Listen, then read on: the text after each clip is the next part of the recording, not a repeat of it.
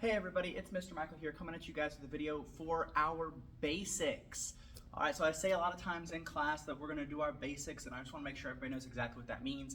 This video is going to be especially helpful for our beginners, our brand new students, to get to know how we're doing all these moves. We should have already learned them in class, but this is a good way to review them. The first thing I'm going to work on is our stances. Stances are just different ways that we stand in karate. We have a few main ones. Obviously, we have attention.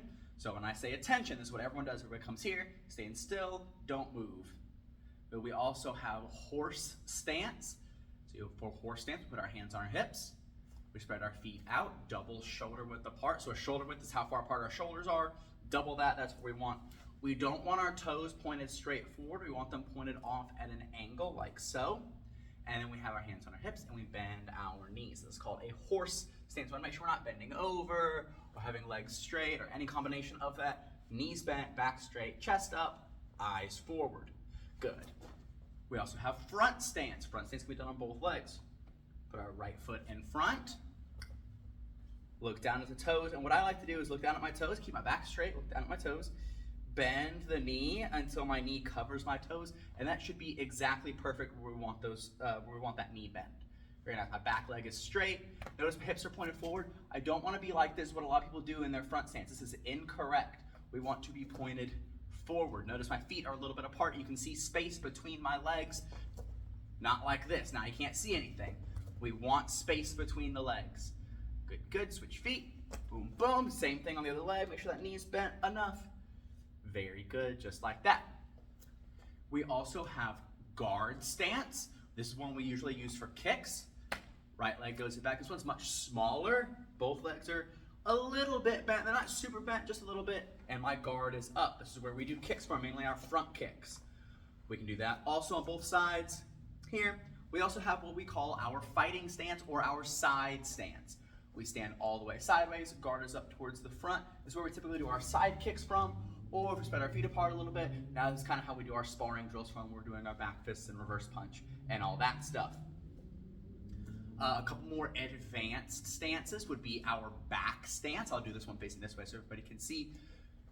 You obviously have one foot in front, one foot behind. Front toes are pointed straight ahead. Back toes are actually pointed off to the side. Both knees are bent, but not like a horse stance where they're bent equally. I'm bent back more on my back leg. This is a back stance. Once again, this is a bit more advanced. You don't need this this stance till a little later on. My white belt, you guys don't need this yet, but if you want to go ahead and learn it, it's good practice. Much higher rank, we also have our cat stance. So for cat stance, it's also smaller, foot barely out in front. Excuse me. You're up on the ball of your foot. Bend that knee, and then you bend your back knee as well. Both knees are bent. Back toes pointed off kind of at an angle, front toes pointed straight ahead, and here, this is our cat stance. Once again, back stance and cat stance, my very beginners probably won't need very much. Not until a little bit higher rank. Cat stance is way up there, but front stance, horse stance, and then our two guard stances are super important. Now let's go over punches. So for punches, I'm gonna come up close to the camera. It might cut my head off a little bit, but that's okay. You guys really just need to see my hands. When we make a fist, we want to make sure fingers close in first, thumbs go on top. We do not want thumbs in the fist or thumbs on the side of the fist. That leaves no support for the hand. You can see how squishy that is. When we have our thumb in the correct place, there's much less squish. It's tight, it's strong. We have them pulled all the way back. So if you look here, you can't see my back hand. We don't want to be like this. All the way back. This is how we have our hands chambered for all of our punches and our blocks. Punches are nice and simple. They just go straight out. Notice also my hand starts off upside down and it twists on the way out. Twists out like so. These are our punches. We also have upper block. So for upper block, our hand goes across our stomach, up over the head. The chamber is super important. The chamber allows me to block my entire body from the belt up, across the belly, up. Think about it kind of like windshield wipers. It's getting everything in between. Somebody's throwing a punch at my face, boom, I'm gonna catch it. Somebody's throwing a punch at my chest, boom, I'm gonna catch it. Same thing with my stomach, boom, I'm gonna catch it. Pushing it up, making sure it's not flat on our head, it's up at an angle. Inside blocks are our next block, goes across the belly, off to the side, here, off to the side, blocking the sides of my body. We also have outside block, also blocking the side of the body, but in a different way. Outside blocks go up to the ear. And so actually for this one, my right hand blocks the left side of my body. It goes across the body. Notice I twist just a little bit. I don't want to turn all the way.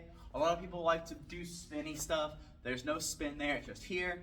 Slight twist of the body to make sure it goes past me. I don't want to be here because now I see I'm not blocking this part of my body over here. I need to push it across over here to block properly with my outside blocks. Make sure we know the difference between inside blocks and outside blocks. They sound very similar, but they're very different. Down blocks are next. A lot of people struggle with doing down blocks correctly. That's okay.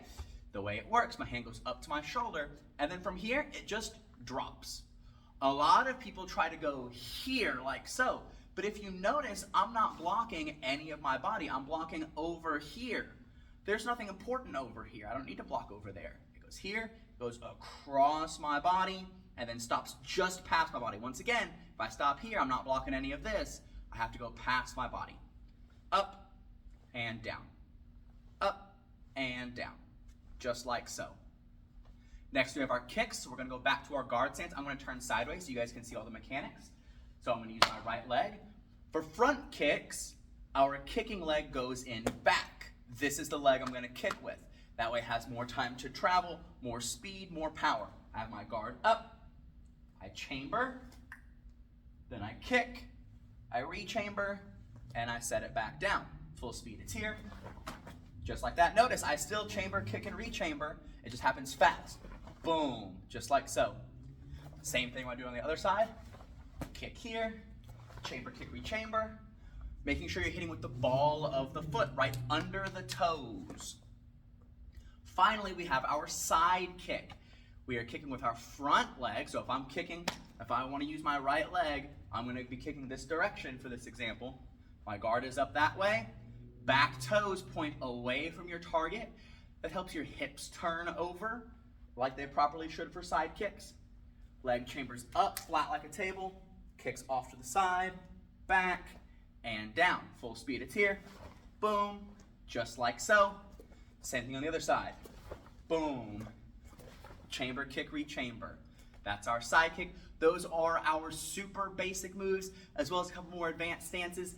There are obviously tons of moves in karate that we can't go over all in one video, but this will be a good start. Keep training.